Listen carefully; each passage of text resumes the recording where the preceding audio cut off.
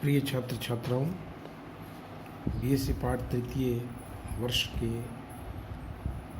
भौतिक शास्त्र विषय के तृतीय प्रश्न पत्र के तृतीय यूनिट में के हम अंतिम पड़ाव में हैं। और मैंने पिछली दफ़े आपको घनिष्ठ उत्सर्जक अभिविन्यास में जो प्रवर्तक का विश्लेषण एच प्राचालों के रूप में बताया था, मैंने उस वक्त आपको ये बताया था कि किस प्रकार एक ट्रांजिस्टर प्रवर्धक को हम तुल्य एच प्राचाल परिपथ के रूप में व्यक्त करते हैं। इन दोनों संधारित्रों का उपयोग मैंने आपको समझाया था और उसके पश्चात ये इसका संगत तुल्य एच प्राचाल परिपथ होगा। मैंने ये भी बताया था कि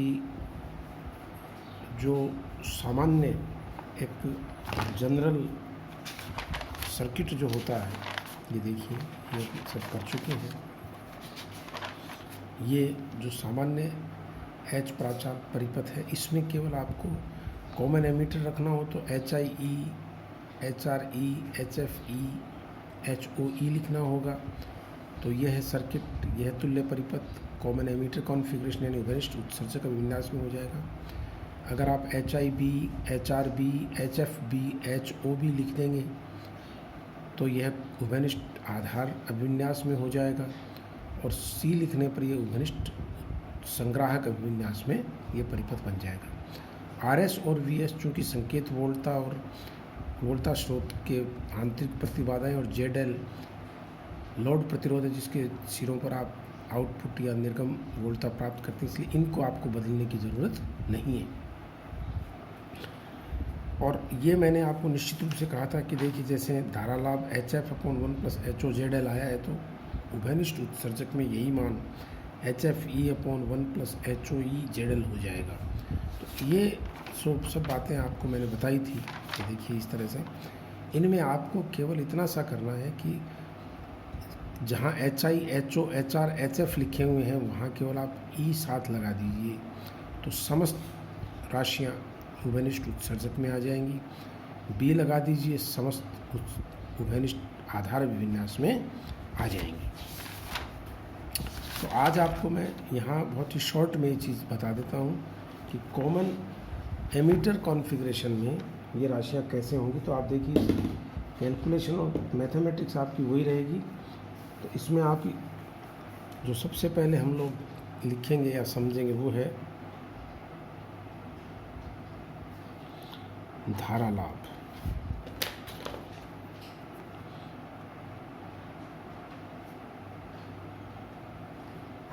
धारा लाभ और धारा लाभ का जो मान है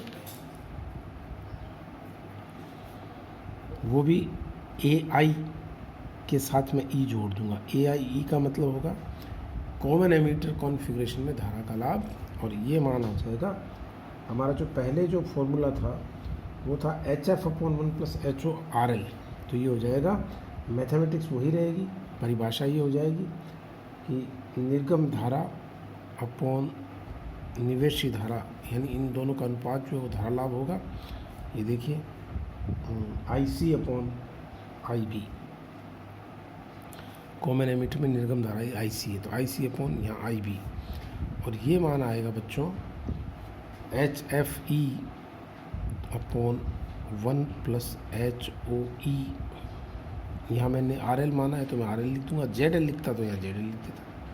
और ये इस बात ये आप कैलकुलेशन उसी तरह से करने जैसे हमने पहले किए। देखो ये देखिए HFE/1 तो आपको केवल I1 की जगह IB लिखना है, V2 की जगह इस चित्र के हिसाब से V2, और वहाँ पे क्या होगा, कॉमन बेस में कॉमन एमीटर में V2 हो जाएगा VCE, और I1 जो है वो यहाँ इसमें IB लिखनी है। तो इस प्रकार IC/IB = I2/I1, और ये मान आ जाएगा HFE/1 + HORE। प्यारे बच्चों, इसी प्रकार से हम वोल्टता लाभ,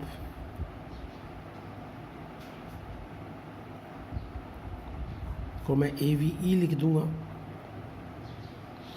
और AVE यहाँ V2/V1 है। और ये आपको मालूम ही है कि VO upon VI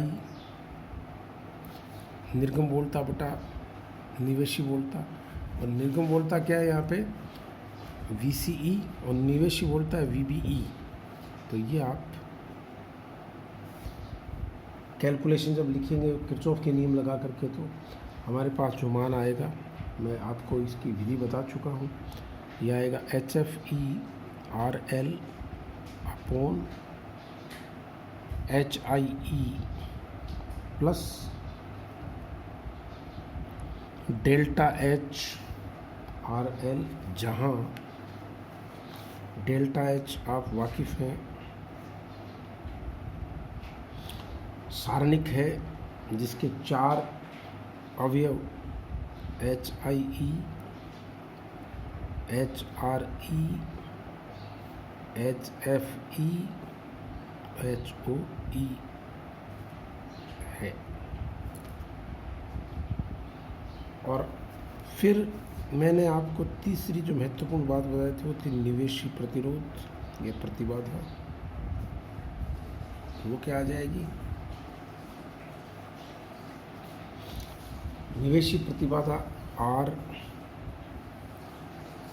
RIE common ammeter mode में निवेशी प्रतिबाधा हो जाएगी निवेशी वोल्टता बटा निवेशी धारा, जो कि बेस करंट है, और इसका मान जब आप कैलकुलेट करेंगे तो ये आ जाएगा HIE minus HRE HFE RL upon 1 plus HOE RL। उसके बाद हमने जो पैरामीटर्स डिफाइन किए उसमें निर्गम प्रतिरोध था। निर्गम प्रतिरोध की परिभाषा आपको वही लिखनी है जो मैंने पहले बताई है कि भाई निवेशी वोल्टता, निवेशी टर्मिनल को शॉर्ट करने के पश्चात निर्गम वोल्टता और निर्गम धारा का जो अनुपात है वो निर्गम प्रतिरोध कहलाता है, और इसका मान ROE बराबर क्या आएगा वो आप जानते हैं। ROE का मान आ जाएगा HIE plus R source whole divided by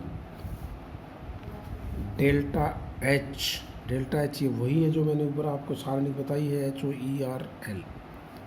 ये मान, ये 4 राशियाँ मुख्यतः आप प्राप्त कर सकते हो। धारा लाभ, वोल्टता लाभ, निवेशी प्रतिबाधा, निर्गम प्रतिरोध। समग्र धारा लाभ और समग्र वोल्टता लाभ भी मैंने आपको बताया, वो भी आप यहाँ परिभाषित कर सकते हो। और आपकी जानकारी के लिए, आपको संतुष्टि के लिए मैं फिर बता दूं, मैंने आपको बार बार इस बात पे जोर दिया है कि आपको बहुत ज़्यादा याद नहीं करना है, आप केवल मेन ये सर्किट याद कर लीजिए। और इसमें आई के साथ जैसे AIE, तो आप देखिए AIE बराबर, मैं बिना देखे लिख सकता हूँ यहाँ पे HFE/1 प्लस HOE/ZL। ये देखो HFE/1 प्लस HOE/ZL। ZL की जगह मैंने यहाँ RL दिखाया है, लोड प्रतिरोध। फिर आप देखिए जो मैंने आपको सिखाया है ZI बराबर HI माइनस HR, तो मैं ZIE बराबर क्या हो जाएगा निवेशी प्रतिबाधा HIE माइनस HRE HFE। तो ये आश्चर्यजनक रूप से परिणाम देखिए आप, ये रहा HIE minus HRE HFE, ZL की जगह RL 1 प्लस HOE RL, वहाँ HO था यहाँ HOE हो जाएगा। कितना सरल तरीका है याद रखने का, आप देख सकते हो। इसके पश्चात वोल्टता लाभ की जब बात करते हैं तो AV की जगह क्या लिख दूंगा मैं, AVE बराबर minus AIE ZL upon ZI लिख दो, या जो अंतिम वैल्यू थी अपनी माइनस HFE ZL अपॉन, तो ये हो जाएगा देखो minus HFE RL upon HIE plus delta H RL। और ये देखिए बच्चों वोल्टता लाभ का मान ये देखिए मिला लीजिए, HFE RL upon HIE plus delta H। Negative चिन्ह आप चाहो तो लगा सकते हो, कैलकुलेशन में आएगा, मैंने केवल परिमाण लिखा था। यह आ जाएगा डेल्टा H, यहाँ वही है जो ऊपर मैंने ये यहाँ परिभाषित किया है। फिर आइए आप निर्गम प्रतिरोध में, ये देखिए ये रहा निर्गम प्रतिरोध, कितना सरल है। RS प्लस HI, तो ये हो जाएगा RS plus HIE upon delta H, ये क्वांटिटी डेल्टा H है, ये रही ये, और ये, और प्लस HOE RL।